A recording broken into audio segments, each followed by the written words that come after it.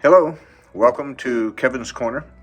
And my name is Kevin, and this is where I write articles and make videos about Christian worldview and biblical concepts and theology and sometimes politics.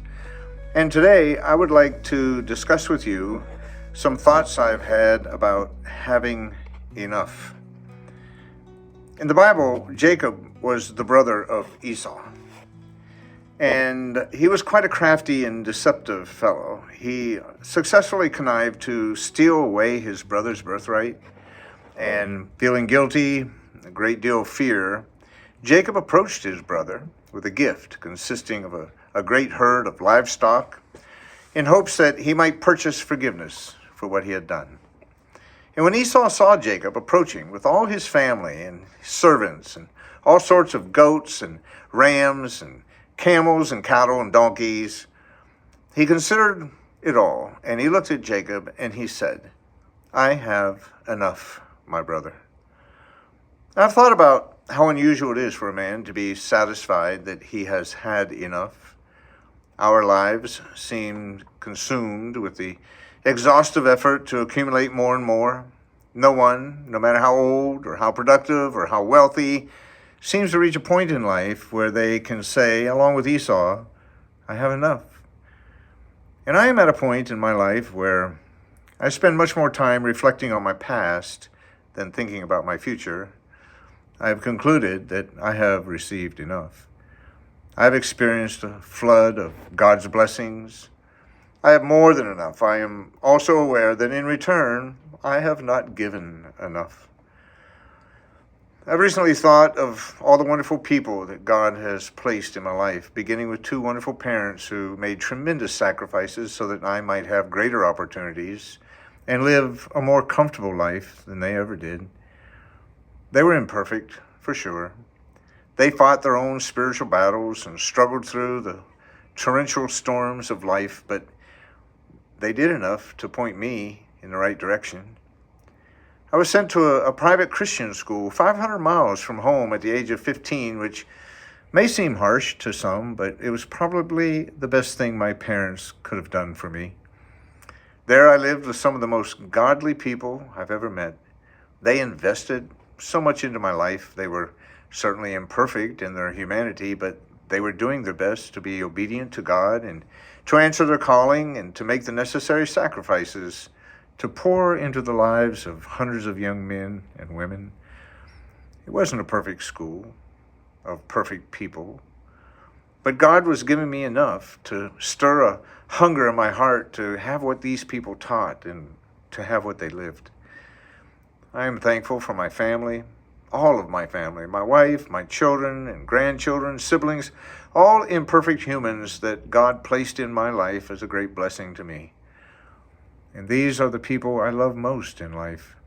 They struggle with the difficulty of trying to correct their imperfections. They try patiently to cope with my imperfections.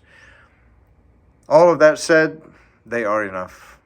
Enough to satisfy my need to be a husband, to a wife, a father, to my children, a grandfather, to my grandchildren.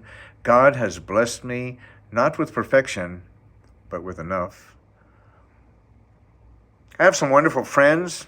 None of them is perfect, but they are enough. They're quick to provide an ear when I need someone to listen. They're quick to extend a strong arm when I need lifting. I've been blessed to work with some very godly co-workers. They, in their humanity, and I in mine, are laden down with weaknesses.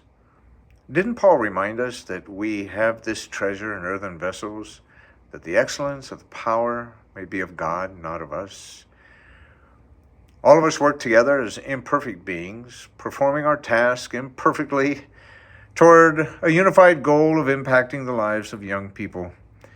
And though imperfect, God provides enough to accomplish His will and to wring glory from our imperfect efforts. In my reflections, I celebrate the innumerable blessings of God, and I've been blessed to know godly people, and I've been blessed to learn truth from His written word. And I have heard thousands upon thousands of sermons and lessons that have expanded my understanding of the God I serve.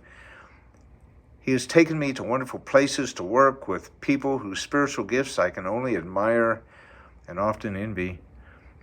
He has given me a wonderful family that has faithfully supported me in my darkest moments and shared my joy during my brightest days. And I can surely say with Esau, I have enough. God has given me far, far more than I need. And I've been blessed with far more than enough to satisfy all my longings, more than enough for me to find my way to a Savior who died that I might be free, that I might experience eternal salvation. And what have I given in return for all that I have received?